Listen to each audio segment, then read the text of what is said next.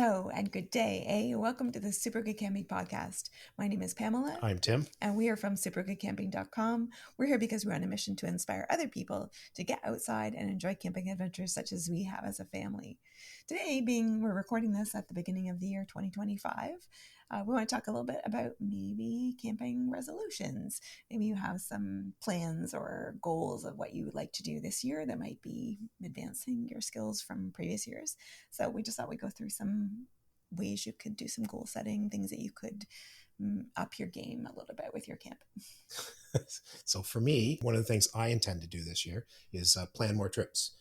I have additional vacation time this year, so I'm going to get out there and do more trips. And I'm going to spend some time looking at sort of bucket list-ish sort of trips and see if I can maybe squeeze one in.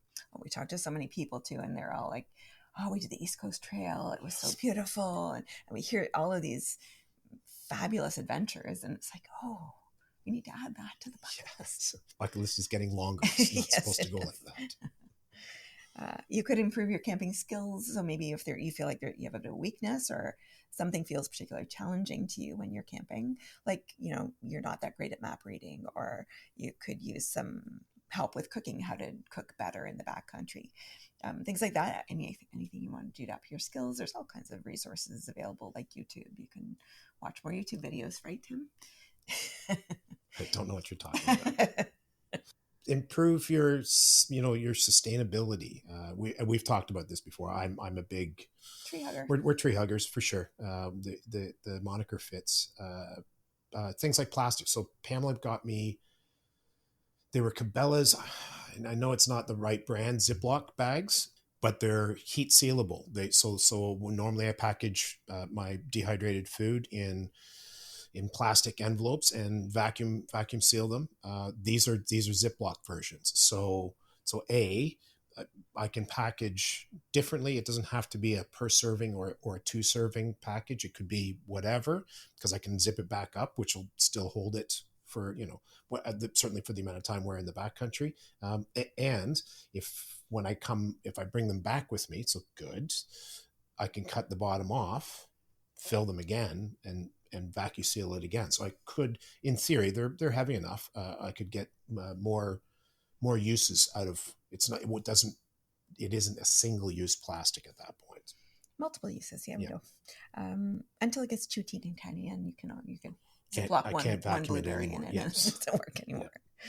Yeah. Physical fitness. So we've talked to several people too, as they talked about a particular adventure that they were planning on, and they've said, yeah, we had to train for that. We had to carry around heavy backpacks around the block in the city while we were kind of getting ready or preparing, or just working out more, going to the gym more, running more, hiking more, doing things so that they were mentally and physically prepared for the difficulty. I think Sherry mentioned something about stairs near their house. Sherry from Beauty of the Backcountry mentioned training on a set of stairs that is close to their home, just to make sure that her legs are in better shape. I think she was worried about having to lug Jay out of the woods. So I think you get left behind, Jay, just saying. Safety. Yeah, that's a good one. And preparedness, I suppose. Let's go preparedness first. Make sure that when you have a checklist for loading your stuff up, so you don't do things like forget your paddles, or you wanted to take, the weather is looking kind of crappy. Are we looking at Jay and Sherry again for that? We are. It's 2 tarps, because you looked at the weather and you went, you know what, one over the tent and one over by the fire pit wouldn't be a bad idea. Make sure you do that. So there's preparedness. Safety wise, make sure that you've got a first aid kit. You've got some first aid training, that your first aid kit has up-to-date medication in it, not stuff like, I went through ours about 3 years ago and found stuff that was 10 years old. So maybe not doing what it's supposed to do anymore. Yeah, so goals, just look over your equipment, make sure that things are in good shape and you're prepared. Yep. And then drag in other people out. Try to get other people engaged in camping. Try to get your friends and your family. And, the funny thing is, like, I was not a big camper before I met Tim. I'd gone once with our family to Niagara Falls camping when we were kids, and once in a tent trailer with my aunt and uncle. And I've been, I don't know how many times now, at least probably 20 times we've been camping since we've known each other. And it's awesome. So anyway, people don't know what they don't know. They don't know that it's going to make them feel more relaxed. They don't know that how much they're going to enjoy being out in nature. They don't know, the beauty of a campfire and sitting around and enjoying food at the end of the day after you've decompressing, done a paddle and whatever. So yep. yeah, anyway, so maybe you can make it a goal this year to drag some of your friends and family out. I'm not averse to doing that. So it means I get out there more, right? Journaling. So I'm a hit and miss on it. Sometimes I take really good notes, and sometimes it's knuckle down and go go go on the trip, and I don't take as many notes.